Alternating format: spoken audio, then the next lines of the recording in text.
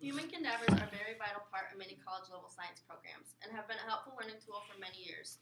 However, over the past several years, cadavers have been a very touchy subject and a hot topic as if they will start to be around in years to come. There are many advantages and disadvantages with using human cadavers, but do the pros outweigh the cons, or do the cons have the lead? When most people think of uses of the cadaver, many things probably come to mind. However, I am sure there are many uses of the cadaver that many people are unaware of. Cadavers are used for everything from a source of a study tool to helping surgeons practice various types of surgeries. One of the most common uses of the human cadaver is for hands-on experience for students to use. They are used to observe muscles, bones, organs, and how all of the body systems work together in our everyday lives. They provide an opportunity for more accurate perception of human anatomy and physiology that looking in the textbook or at a computer simulation won't provide. Not only do cadavers provide as a study tool, but also practice tools for surgeons. Before surgeons perform a surgery on real patients, many of them practice on cadavers. Many of those surgeries include, but aren't limited to, blood transfusions, organ transplants, and surgeries with various tendons and ligaments.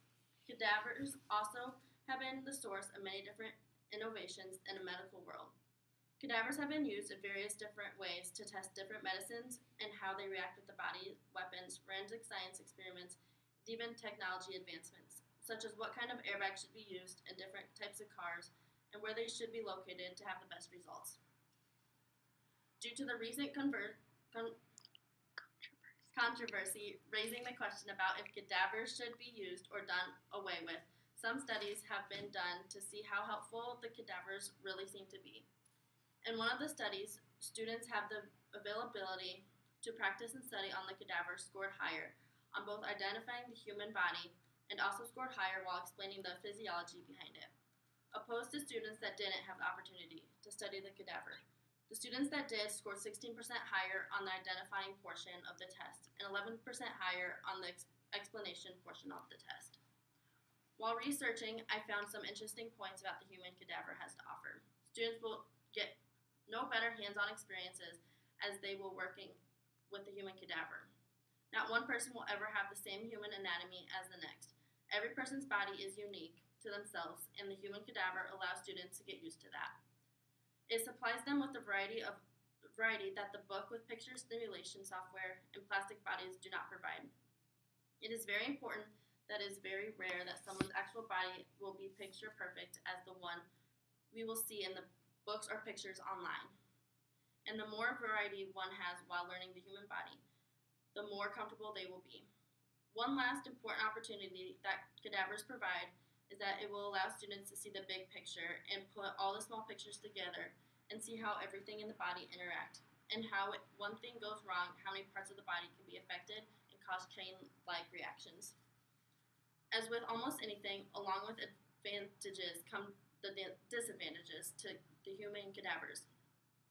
Cadavers are rather pricey to obtain.